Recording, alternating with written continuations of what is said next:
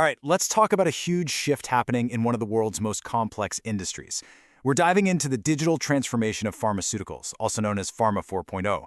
And look, this is way more than just buying some new tech. It's about fundamentally rebuilding an entire organization from the inside out. So that's the big question, right? The pharma world is built on precision, on heavy regulation, and on processes that have been around forever. So how in the world do you inject radical digital change into that kind of environment without, breaking everything? It's a massive challenge, and it's one that companies are facing right now. Well, the answer isn't some magic bullet. Instead, what our source material points to is a really smart structure, a pyramid of change. Think of it as a framework that gets every single person in the organization, from the C-suite all the way down to the factory floor, aimed at the exact same goal. It's this structure that turns a big idea into a reality. And where does a pyramid start? Right at the very top, of course. The peak is all about executive leadership. And their job isn't just to sign off on budgets, it's to be the #1 champion for this entire transformation, armed with a clear, powerful vision.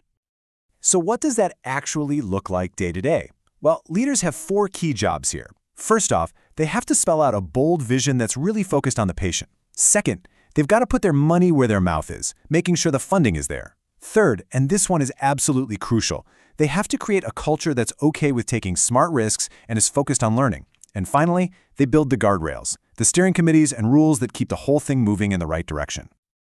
And hey, this isn't just theory. Just look at a real-world example like Novartis. The CEO didn't just give a speech about digital. He made data and digital leadership one of the top 5 strategic priorities for the entire company. Now that's a powerful signal that tells everyone this is serious.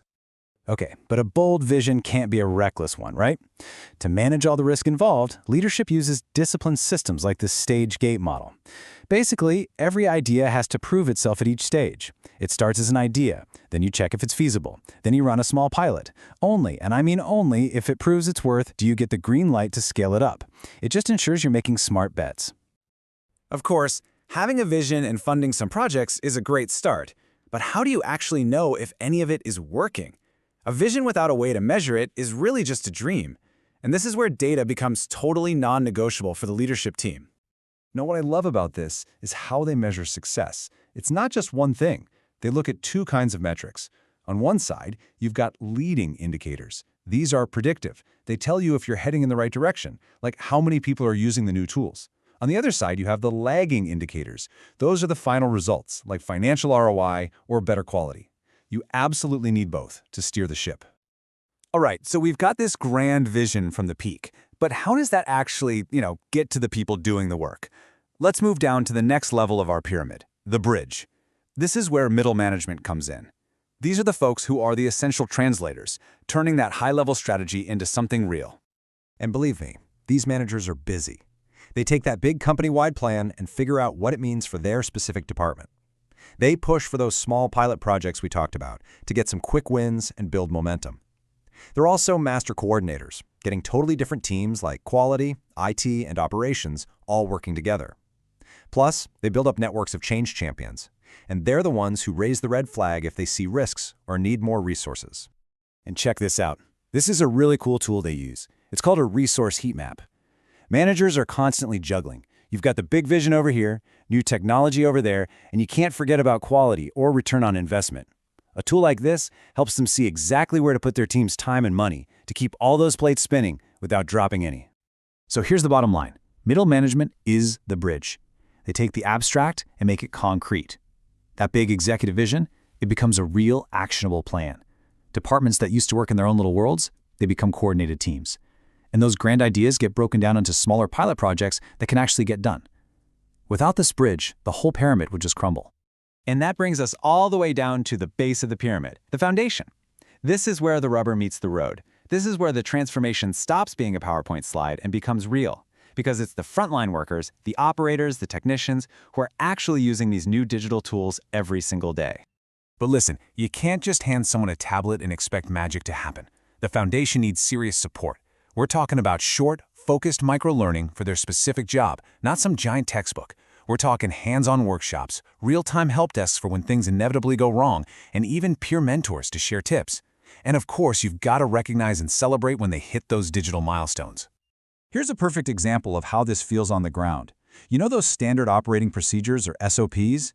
They used to be these dusty binders sitting on a shelf. Now they're being digitized. They're becoming interactive guides on a screen with videos and smart checklists that literally walk an operator through a complex job, step by step. It's a total game changer. And this isn't just about making things a little easier. This digital shift has a massive impact on the bottom line. When you put in digital tools for things like predictive maintenance or those interactive SOPs, you can see huge cost savings. We're talking in the ballpark of 15 to 30%. That is how the foundation directly supports the entire business. But here's something that's absolutely critical. This can't be a one-way street. Information doesn't just flow down from the top of the pyramid. It has to flow back up. The whole system gets smarter because of feedback from the front line. Things like quick digital surveys. That's how you improve the tools and processes based on what the people who use them every single day are telling you. Okay, so we've looked at all 3 layers of the pyramid. Let's pull it all together now and see how they really work as one single, powerful engine for change. It all starts at the bottom, with the foundation. This is where the real work happens.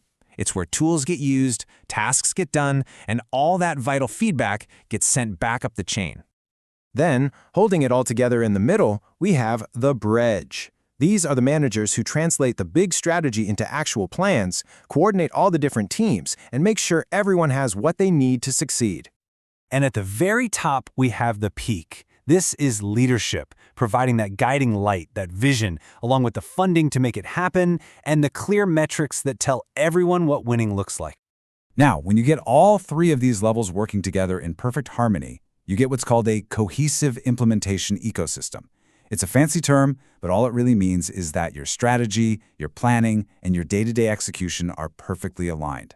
And that is the secret to making sure digital transformation actually delivers real, lasting value. So, I'll leave you with this final thought. This pyramid idea isn't just for the pharmaceutical industry. Every single company in every industry has a pyramid of influence just like this. So the real question to ask yourself is, how well are the layers in your organization connected? Is your pyramid built to handle the changes coming today? And is it strong enough to last for tomorrow?